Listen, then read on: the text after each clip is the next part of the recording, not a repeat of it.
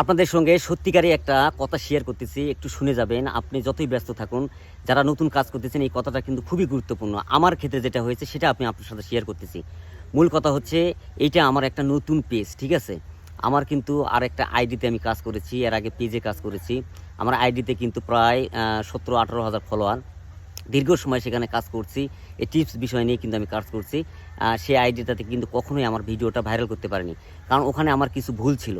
সেইজন্য আমি কিন্তু সেখানে কখনো আর ভিডিও আমার ভাইরাল হবে বলে এটা আমার চিন্তাভাবনা আমার মাথায় আসে না। কারণ ফেসবুক এমন একটা জিনিস, এখানে অর্গানিকভাবে আপনাকে কাজ করতে হবে। এখানে যদি আপনি ফেসবুকের সাথে কোনো চিটিং বাটপারি করেন, ফেসবুক কিন্তু কখনোই আপনাকে এখান থেকে ভাইরাল করবে না। সেই জন্যই কিন্তু আমার এই পেজটা খোলা। অনেকেই ভাবে যে এত অল্প ফলোয়ার নেই, বড় বড় গল্প করে।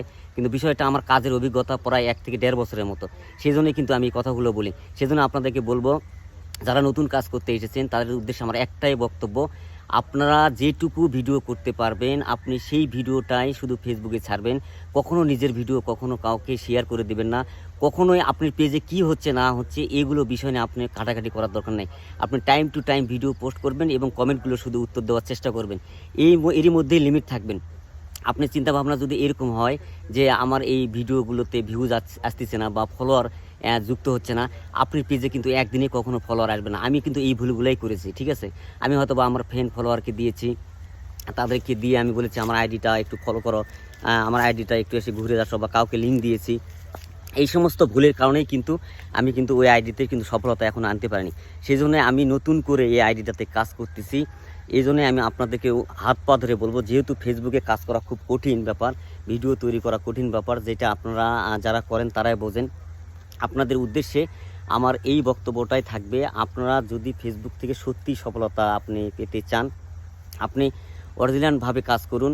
এর আগে যদি কোনো আপনি এরকম ভুল করে থাকেন কোনো গ্রুপে, বা আপনি কাউকে যদি আপনি পেজের লিঙ্ক, অথবা দেখা গেল অনেক আপুরা আছে, আপুর সঙ্গে কিন্তু তার হাজবেন্ডের কিন্তু জয়েন থাকে, তার ভাই ফ্রেন্ড সার্কেল এই সমস্ত লোকের কাছে জয়েন আছে।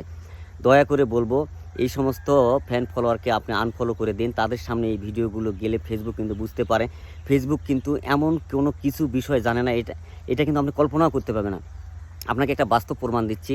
আপনি কিন্তু অনলাইন জগৎটা এমন একটা জায়গায় গিয়েছে, আপনি যদি কেউ অনলাইনটা অন করে যে কোনো একটা বিষয় যদি গল্প করেন, ধরুন আপনি একটা ফলের কথা বলতেছেন, ধরুন লেবু বা কমলা বা আঙ্গুর, এরকম কোনো গল্প যদি বন্ধু বান্ধবের সঙ্গে আপনি অনলাইন অন করে যদি আপনি বলেন, একটি পর যখন আপনি ফিট লাইনে যখন ভিডিওটা দেখতে যাবেন, তখন কিন্তু ওই ফলগুলোই কিন্তু আপনার সামনে সাজেস্ট করে, ফেসবুকে আসে।